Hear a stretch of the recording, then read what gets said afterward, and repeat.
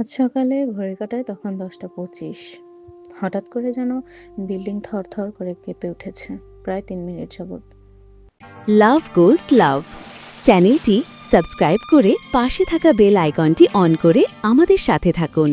মনে হচ্ছে বিল্ডিংটা যেন কোনো দানব ধরে নাড়া দিচ্ছে। আমি তো ভয়ে কাঁপছি যে আমার সাথে কি হতে চলেছে বুঝে উঠতে পারছি না। আমার সাথে কি ঘটনা ঘটতে চলেছে, এভাবে বিল্ডিং নড়েছে তখনও বুঝতে পারিনি কি কারণে এমনটা হচ্ছে। আমি এটা স্বপ্ন দেখছি না তো? তারপরে আমি হঠাৎ উঠে বসলাম। তখনও দেখি থরথর করে খাট, আমার শরীর ও বিল্ডিং কাঁপছে। মাথাটা ঠিক করতে পারছি না। ভয়ে যেন হার্টবিট বেড়েই চলেছে। তার কিছুক্ষণ পরেই দেখলাম আস্তে আস্তে স্বাভাবিকের দিকে চলে আসলো। তখনও বুঝে উঠতে পারিনি বিল্ডিং কেন থরথর করে কাঁপছিল, কেন আমার সারা শরীর কেঁপে উঠল। কিছুক্ষণ পরেই আমি দৌড়ে পাশের রুমে গেলাম আমার ভাগ্নিকে দেখার জন্য। গিয়ে দেখি ও রুমের ভেতর নাই। আমি দৌড়ে গেটের বাইরের দিকে যেতে দেখি নিচের দিকে তাকিয়ে দোতলার সিঁড়িতে পড়ে আছে সে।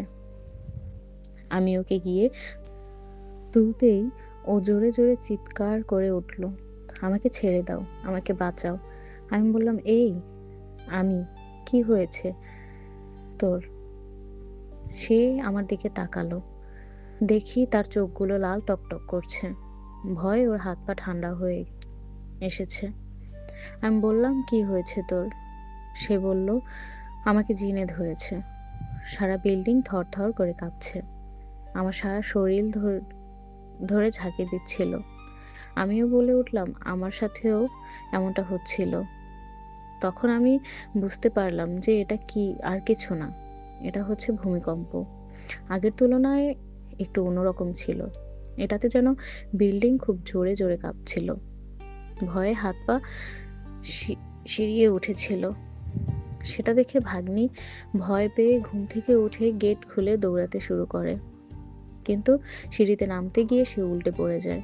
ও বুঝে উঠতে পারেনি যে এটা কি হচ্ছে। 10 মিনিট পর আমরা বুঝতে পারলাম যে এটা ভূমিকম্প ছিল। তার আগে আমরা বুঝতে পারিনি। আগের তুলনায় এবারের ভূমিকম্প রূপটা ছিল ভয়ঙ্করতায় খুবই বেশি। আমাদের সাথে ঘটে যাওয়া আজকের ঘটনা। তোমরা সবাই সুস্থ থেকো, ভালো থেকো, সেই প্রত্যাশাই রইল।